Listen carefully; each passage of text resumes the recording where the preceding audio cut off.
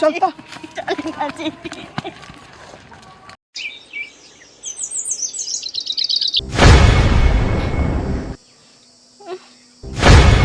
बिना पिटाइले या बिना मराइले का निकलाई कि सुधरे वाली नहीं कि सही चुप एक सुबह से कहा था ते अपना मन के भइल बैठन अपना पतन जे तो भूख लागो छ खाना दो ठीक कर दो चाची छोटा ढके दबा दे अब ये दे अरे राडी सा नंबर धवाली सा हम सुपा कब करनी तुम काम करके काम कर रही तुम काम धंधा करके चाची कर देले बनी जे का हां तोरी के कहबे कहनी हम सानी मवे के बर्तन मांज के के करी सानी मोल बड़ी चाचन मोल दे हां सानी मोल लड़ा लड़ा जल्दी को देबे खाना जल्दी भाग जा ये हट जा चाची तोरी से का करते डुआ दे उनी को मारे तो हमने संगे ऐसे नानू कर दू जब तोनी का माईए रही तो तोनी का माई मर गई मरला तो तोनी के काहे ना मर दू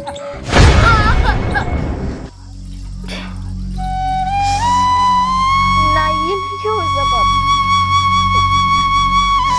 ना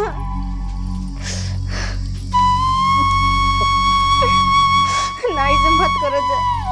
उन्हें मासूम बच्ची बैठन उन्हें को आग बिगड़ है बड़ी जा ऐसे मत करो जा तुम लोग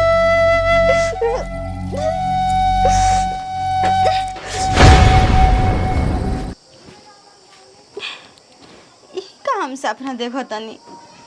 ए जी सुनो तनी जी का रे ए जी होय तकिया तक लेके सुतल बैस देखिए ना जी हम सपना देखनी है कि हमार बहिनी नहीं मर गई जौन मझली ओकर लड़कियन के दुख देता ऐसन ओकर गोती नियन मारता ऐसन लड़कियन के ए जी अरे पागल है इसका साफ हमारे तो बुझाते नहीं के सपना आदमी सुतलन गहरी नींद में जालन तो अनेकन प्रकार के देखलन तेकर मतलब कहिए हो गल ना जी रुक जाई ना एक ही देख लेती ना होई तो बुच्ची मन के हमरा घर ही लेके चले आई ना जी सुने को बात बता मन एकदम घबराए लागल हमर पूरा देह का पताटे सुन एगो हम बात कहतनी अगर दुख तकलीफ होकनी के होई तो फोन ना करती सन अच्छा के उसे संदेशा ना विदा करती सन अच्छा ये बताई छोटे छोटे लड़की वैसे तो नहीं का जानता ऐसा अब वो लोग भी मोबाइल कहाँ से चुपचाप रहो ओकर दादी ऐसा ना हिया और ओकर चाची ऐसा ना हिया सब अपना ऐसा जाने ली सन कुल तोरा मन में चलता कि ऐसे होत होई यही से तू एथी होकल बैस कुल के फेरा में मत रहो ना जी हमारा मन एकदम में घबराता आखिर हमारे बहन बेटेंगे का होइल बटे हो जी अरे कुछ ना होई नोच नोच के मारते ये ओकर चाचिया पहाड़ा कहला से कह दी गोई रही वही दिन हम तो देखनी तो हम कितना बढ़िया से प्रेम से खियावत रहे पियावत रहे नहवावत रहे टाइम से स्कूल ही विदा करत रहे आ तू कहत वैसे ना वैसे सपना में देखनी है कि कहती है ना कि तहर अपन माई के तोहन लोग खुदे तोहनी खा ले बारूसा तोहन लोग डाइन हरूसा अरे मन के पहले साफ कर पहले जाके हाथ मुंह धो के आओ भकुआ आइल बैसा भकुआ के कुल बात कहत है ना तुम जीते जी मर जाई बहिन हमर मर गइल भी लेकिन अरे मेरा नु के का कहल जी ना इन्हें क्या हो सकत ऐसे मत कर जा मासूम बच्ची भैसन उन्हीं के साथ अत्याचार मत करो जा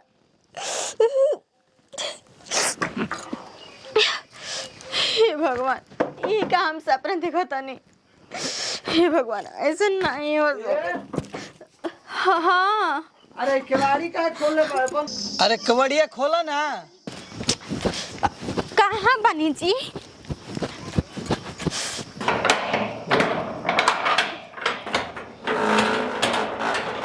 का सुतर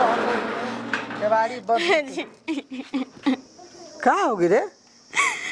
हम सुतर रहनी ना देखनी सपना के बुचियन के साथ बहुत अत्याचार हो रहा बटे जी होकर चाचिया मारा तिया पीटा तिया हमार लड़किन के लेके चल जाए ना जी जाए ना अरे सुने एगो बात हमार सुतल खबू गहरी नींद में खबू तारा ना बुझाइलो कि ऐसन बात नहीं के ओकर दादा दादी या चाचा चाची ऐसन कोनो कबो काम ना कर सकल ना जी जब अपन बाप माई ना रहले ना तो दुनिया दौरी पर के विश्वास ना करे के पड़ेला। अच्छा ये बताई फोन उनो ना कैली सने को वाले ना जी। एगो बात कहतनी, विश्वास ऐसा चीज है कि विश्वास पे दुनिया कायम बा, पे टिकल बा। अगर ओकनी के दुख रही कोनो बात रही तो फोन करती सन ना। अच्छा संदेशा ना विदा करती सन ना फोन में खोली तो और ही मनवा घबराता ठे जी, चाहे ना खाली देखाई ना जी। ऐसा कोनो बात नहीं के, तू चुपचाप रह। ऐसा ना हो सकला। देखो हम गोई रही तो हम ही देखनी कि ओकर चाची खूब बढ़िया से नहवा धोवा के खिया पिया के आ स्कूल विदा करते रहे, टाइम से सब काम करते रहे। तू देखो एगो भरम में पड़ल बाड़ू कि हमार बहिन मर गुल बिया तो हमार लड़की बाई सन बहिन के तो हैसन होते ऐसा कोनो बात नहीं है पागल।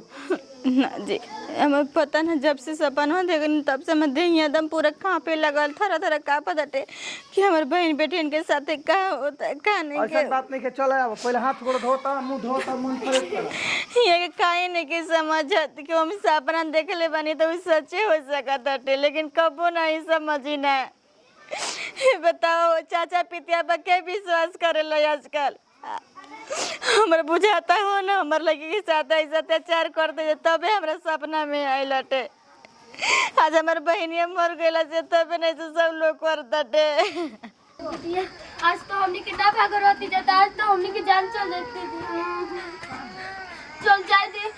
चली जा दीदी के घर तो देख ले नहीं जा। अपन कपड़ा तो सब ले लेली सा। और कपड़ा कहां से ले पौनी है देख ली सुनो, हम नहीं खिले ले। बाप रे बाप, आज तो हमनी के मौत हो गई। कैसे कहत रहे लेकिन के रात में काम तमाम कर दे। बताओ तो दीदी आज ना रहती जो तो हमनी के एजे ना रहती जो हमनी हमें के आदमी हो ना कुछ ना बोलत रह। माई रहती तब नहीं। ओए रे दीदी चल रो मत चल। अब देख तो माई रही तब न जानी दुख हमनी के। तो चाची है तो चाची तो कबो दूसरा के सोचले बड़ी की सोची है। चाचियों कितना रहे लेकिन माने ले जाने लेके जाने कैसन चाची बाड़ी हमनी के भगा दे। चल जाए दे हमनी के जान से ज्यादा नहीं क्यों हुए थी ज्यादा। चल ई कहो कि हमनी के जान बच गई। हाँ चल अब हमनी के कोनो चीज खातिर दीदी ने बिया, माई बाबू सब दीदी बिया। चल चाहे जाते जाते ना बताइए मत दीदिया के कुछ हो ना रे। तो दीदियों के तो दीदियों टेंशन कली। अब दीदियों के जाने कैसन ससुराल वाला हो यहाँ ना। चल अब देख हमर तो जाए के मन नहीं कर दीदी के हमरो के बड़ बिया तो खाली पूछल जरूरी बानू दीदी। कोनो ना कर पाइनी छीन ले ले मोबाइल। अब का करबी चल चप्पल के आगे नहीं जाए दे रे दीदी। देख चप्पल से बढ़ के जिंदगी न बाटे, जिंदगी से बढ़ के चप्पल तो नहीं के ना। बाकी बिना चप्पल के दीदिया देखी तो का कोही जा दे कह देवे कि बस आई रही गई बाजार घूमे तो आगू नहीं जा। ठीक बटन देखिए दीदी से कुछ मत कहिए ठीक बन, दीदियों टेंशन कर ली। मौसी मौसी चल सब बाहर सहार देवे हो नतिया सब छीट छाट के दे में खुश रह ई करे हां मुझिया का भइल। कुछ ना मौसी बस तोरा के 1.5 दिन के बाद देखने जाए से आंसू गिर। देख बुचिया हम तो लोग छिपावा समझ आखिर का बात बताओ लोग हमरा से बतावा सा। कुछ ना मौसी। देख बुचिया तहर माई मर गई है देखा हमू तहर माई मुआ मौसी जियो कहा बना कैसे कहा तुम्हें बाटे समझ के तहर माई है आज से हम ही बनी आखिर क्या बात बाटे तान लोग हमसे बताओ सा। ना कुछ नहीं के मौसी कुछ बात नहीं के। देख बुचिया हम बहुत उठपटांग सपना देख ले बनी बेटा कम से कम हमरा से बतावा सा आखिर क्या बात बाटे बतावा ऐसन वेशभूषा में ये हमारे बहन के लगी रही सर कितना अच्छा से रहत रही सर बता मुझे क्या बात बटे रे। जब माई मर गई तो चाची हमने पे बहुत अत्याचार कर रही मौसी। हमने के तो 1.5 दिन से साथ एक दिन तक कहते आज के रात में तो दोनों के मंगा दे तो हमने के भागी नहीं जमा से। सोचनी अब फोन करे तारा मोबाइल बताओ यही से भर के हमरे सपनवा आई रहल हटे कि हमर बहन के लगी कुछ करत ऐसा नहीं लोग हम बहु यही से खराब सपना देखत रहनी है लेकिन तबर बेहतर मौसा न समझ पैला हवन उन्ना हमसे कहत न कि ना तू ऐसे ही खाली तरह भेरम हो गइल बटे। जयदा सा हम बनी ना अगर रोज मत हम तो हम लोग के देखभाल करब। आज के बाद तो हम लोग के जिगवे रहबू सा, ठीक ना? चला सा कुछ खा ला सा। 4 दिन से नहीं की जग कइले मौसी। बतावा ता मांझ के रखा था तो हो या तो खा खा के रख देता ई तरनाड़ी बिया नु ई गोती नहीं हो दिन रात अपना बहिने के बारे में सोचत रहतिया दिनो रात अपने सोचती अपन मर्दहू के भरमा के रखले बिया उ बेटा आज आर कौन करे ना जइता ने घर में मम्मी ए मम्मी बेटी चाहत नहीं खाए के तो हम चाची के लगे बैसन चाची उनकर बहिनिया रही नु तो उनकर तुम लड़की आई बैसन तो ओ हमार फाटल पुरान कपड़ा पहन के आई बैसन उनकर के खूब मुर्गा खियावत आई जोन मर गइल बिया ओकर बहिनिया के लइकिया हां रे वो का करे जे गइल बैसन पता ना आ तू अपना आँखी से देखला है हां हम अभी तो देखले हैं कहां बैसन ओया दुआरिया पर मुर्गा खियाती दुआर को अरे बाप रे ठीक बात तू जो सुन हम कुछ करबो कर मत देखियो लेबी तो कैसे बताइए मत ठीक बा ना बताबी ना ठीक बा बोली है मां तो कनी से अरे दादा अब हमारा बुझाई अब आई ना ऊट पहाड़ के नीचे बहुत ढेर दिन से इंतजार करत रहे कि कहिया उ दोनों हमारा भिनु बैलवा भेटा सन तो कनी हम सत्य नाश करे लूसना हां दीदी यार पेट भर भर लेके सुता मौसी ए सुता जा एक जगह पे ठीक बा आ कुछु का टेंशन ना लेनी तार मौसी जिंदा है तार मौसी मर नहीं के गई मरले वाली सुन मौसी दुखा तक थी अच्छा ठीक बा दवाई मांगा तनी ठीक मां तो लोग सुता सा हमें ठीक काम तनी कर के सनी उनी गोद के आवत है ना तो हम लोग तेल लगा देम ठीक बा दे देती जाते देम ठीक बा मौसी हां तो सुता जा तनी आराम करा जा ठीक बा चिंता मत कर कुछ के मत करी जा हम बानी जिंदा कर मौसी और मौसी कितना निमन बिया का के दीदी यार हमनी के जानत रही कि मौसी हमनी के भगा दी ना रखे भगवान कर सही हमनी के मौसी सुखी सलामत रहो ई कालवा को धरो मुंह तो कोनी देख लिया सब लुका के दम देखो कैसे करा के हम देखता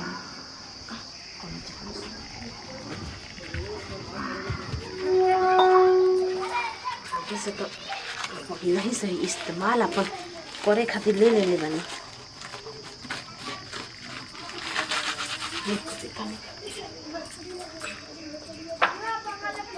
देखो एकरा के मिला के ना खेलम ना खेले देम खेलवे बिगाड़ दे बाप रे कितना मौका रे कोई सन कनु बहन बेटिया के अरे मौसी काहे के लाइल बाड़ी तो कम पी लो बड़का बाजार से तू जनी खाती स्प्राइट मंगवाइले भाई जी का स्प्राइट तनी ऐसने गम कइला देख बहुत अपनात रही जितना कमी नहीं आवत न बहन बेटी खाती मरत रही अब तार के मुंगा आवत अभी यो मौसी ठीक रहे लगली ना मौसी संग मिल बहर के रहत ताड़ी कपड़ा घूमे लगल रहती थी काहे बुझिया पेटवा दुखाए लगल एकलोमी केन दुखाए लगल आ हमरो दुखाए लगल ई का होता रे दीदी ई का पिया देली का जाने मौसी बोलाओ ना मौसी आ पेटवा आ मुत दुखता मौसी आ ए ई का सोला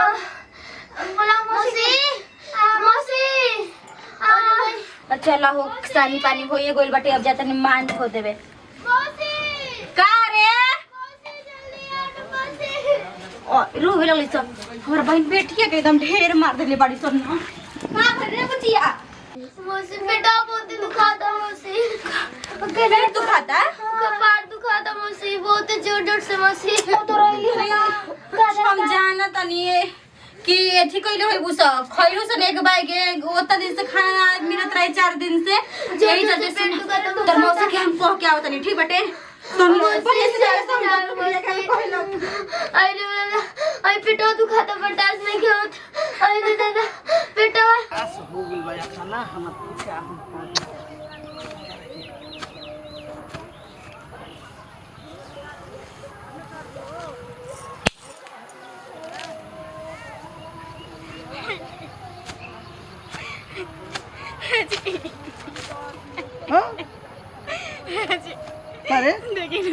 भगवान के कजन का हो गइल बाटे पेट पेट करत ऐसन कपार कपार करत ऐसन अरे पता ना अचानक का हो गइल बाटे जी काठन का हो गइल बाटे चल चलता चल जी सुन सुन हम जात नहीं डॉक्टर के बुला ले बतानी जल्दी लेके आई छी जल्दी हां देखा तनी डॉक्टर साहब के मौसी के रहने जब का होके लागल हमनी के अभी तक आई ना मौसी का डॉक्टर के बुझिया घर मौसा रे भोल बड़ा ने दिलावे खाती डॉक्टर के बुलावे खाती तो हम लोग इतनी चिंता मत करा जा बुझिया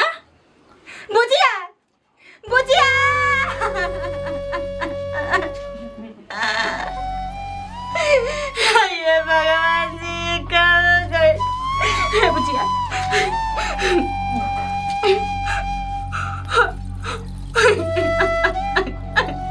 मुझे क्या हो गया तान लोग रहे जी हां बता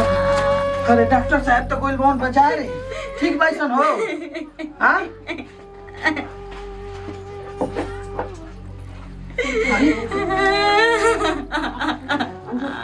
हाय हो दादा का हो गइल रे हे भगवान हाय हो दादा का हो गया दादा ये दीदी देखी ना हमार बहन बेटिया के का हो गए दादा अभी नहीं कहाँ जानी जी आई मुंह गइली सन का हो सांस टूट मर गइले सब रे माय आई हो दादा का कइलू हाय हो दादा अब हमनी के काम मुंह देखाइम जाए राम ना भगनी जा टूटा पर ऐसन चबा खा गइनी जा दिन दादा से खैला तो अपने घर में बोलाइने देख लइकन के कजन का हो गइल अचानक अब त कोई इहे नु कही कि बहन बेटी के चबा गइल परगटी हाय हो दादा हमनी के कहां तक ले हमनी के अब का होई रे अब ले जा जने गाड़ा जा फुका जा ऐसे मरल आदमी के ना रखा जाला घर दुआर में छुबो ना कर जाला ए बाबूजी तू कैसे बोला तड़ू हमारा ओए दूधू का हमार पेटी हो गई सारा तू कहता देखी देवर जी हम कुछ बोलत नहीं की हमारा कहे के मतलब कि अरे त टूअर रइसन अच्छा से रखे के चाहत रहे कुछ मिला के पिया देला होई कोनो जाना लइके कि के का क देला हमनी के ई लइकी खाती का से का कोनी जा बतावा बहनिया ई दिन ई दुनिया में नहीं के ऊपर चगर दोनों लइके न रहली त जाना तरफ की टूअर पर वैसन त काहे के जी को बोलाइलू हां चबावे खातिर चबानु गइलू अब हम घर सुनी त मुंह पर थूकी दोनों मर्द मगी त उहे बाऊ ए बाबूजी तू कैसे बोला तड़ू कैसे बोल के जा तड़ू तारा त न क्यों ये जी अकलंग हमरा पता पाई न गइल जी